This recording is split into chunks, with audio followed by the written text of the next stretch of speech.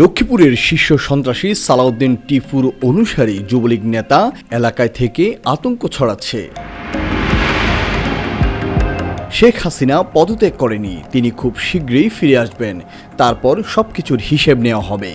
এখনও এলাকায় বসে এসব কথা বলে আতঙ্ক সৃষ্টির চেষ্টা করছেন বলে অভিযোগ উঠেছে লক্ষ্মীপুর সদর উপজেলার মান্দারী ইউনিয়ন পরিষদের সদস্য ফারুক হোসেনের বিরুদ্ধে। এছাড়া গত 4ই আগস্ট ছাত্র জনতার উপর গুলিবর্ষণের সময় ফারুক টিপুর নেতৃত্বে সেখানে উপস্থিত ছিলেন। সেদিন ফারুক সহ আওয়ামী লীগের লোকজন লক্ষ্মীপুরে দিনভর হামলা ও গুলি করে 4 জন আন্দোলনকারীকে হত্যা করে। পরবর্তীতে সন্ধ্যায় একই কায়দায় মান্দারী বাজারের চেয়ারম্যান রুবেল পাটোয়ারি, ছাত্রলীগ নেতা আবু তালেব ও ফারুক মেম্বারের নেতৃত্বে পুনরায় মান্দারীতে হামলা করা হয়। এ সময় লক্ষ্মীপুর থেকে ছেড়ে আসা সিএনজি থেকে নামিয়ে ছাত্র জনতাকে মারধর করার অভিযোগ রয়েছে তাদের বিরুদ্ধে। আমি লক্ষ্মীপুর গেছি 8 তারিখে। লক্ষ্মীপুরে আমি যখন গেছি, যাওয়ার পর আমি ফারুককে লক্ষ্মীপুর স্টেশন দেখছি। এরপরে স্টেশন থেকে যখন একটা হামামি শুরু হয়েছে লক্ষ্মীপুরে, ওইখান থেকে চলে আসছি।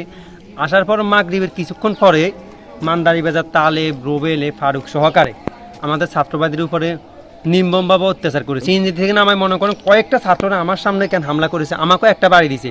আমি সিএনজি থেকে তখন মনে করেন দৌড়ে ফালাই গেছি। আমি আরেকজনের বাড়ির পাশে যাই, একজনের মনে করেন এই যে টাঙ্কির উপরে ফুটছি, পড়ার পর ওইখান থেকে আমি কাঁচা ডাস্টবিনে পড়ে গেছি। আমি এমন অবস্থা হয়েছে, এমনভাবে তারা ছাত্রদের উপরে নির্যাতন করেছে মান্দারী বাজার। এই ফারুক সহকারে, ফারুক, রুবেল, তালেব আরও অনেক লোক ছিল আওয়ামী লীগের। এছাড়া এই ইউপি সদস্যের বিরুদ্ধে উন্নয়ন প্রকল্পের অর্থলুট, ক্ষমতার অপব্যবহার, ঘুষ, দুর্নীতি সহ নানা অনিয়মের অভিযোগ রয়েছে। স্থানীয় স্বেচ্ছাসেবক দলের নেতা জানায়, বিগত নির্বাচনে আমার প্রতিদ্বন্দ্বী প্রার্থী ছিলেন ফারুক হোসেন। ওই সময় তার অনুসারীদের ভয়ে ঠিকমতো নির্বাচনও পরিচালনা করতে পারেনি। ভোটের দিন আমার এজেন্টদের ফারুক বের করে দিয়েছে, মারধর করেছে আমার নেতাকর্মীদের। এছাড়া বিগত দিনে আওয়ামী লীগ ক্ষমতায় থাকায় তাদের নির্যাতনের কথা বলে শেষ করা যাবে না। যদিও স্বৈরাচার শেখ হাসিনা সরকারের পদত্যাগের পর কয়েকদিন গা ঢাকা দিয়েছিলেন ফারুক হোসেন। পরবর্তীতে স্থানীয় কয়েকজন অসাধু রাজনৈতিক নেতাদের অনৈতিক সুবিধা দিয়ে পুনরায় এলাকায় অবস্থান নিয়েছে।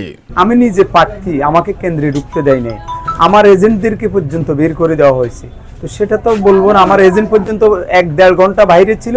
তারা বুথের ভিতরে তারা প্রিসাইডিংকে কিনে নিয়ে যেভাবে পেশি শক্তি ব্যবহার করে আমার সব কিছু ভেঙে চুরে ফেলে আমি একজন প্রার্থী ছিলাম, আমার গায়েও তারা হামলা করেছে।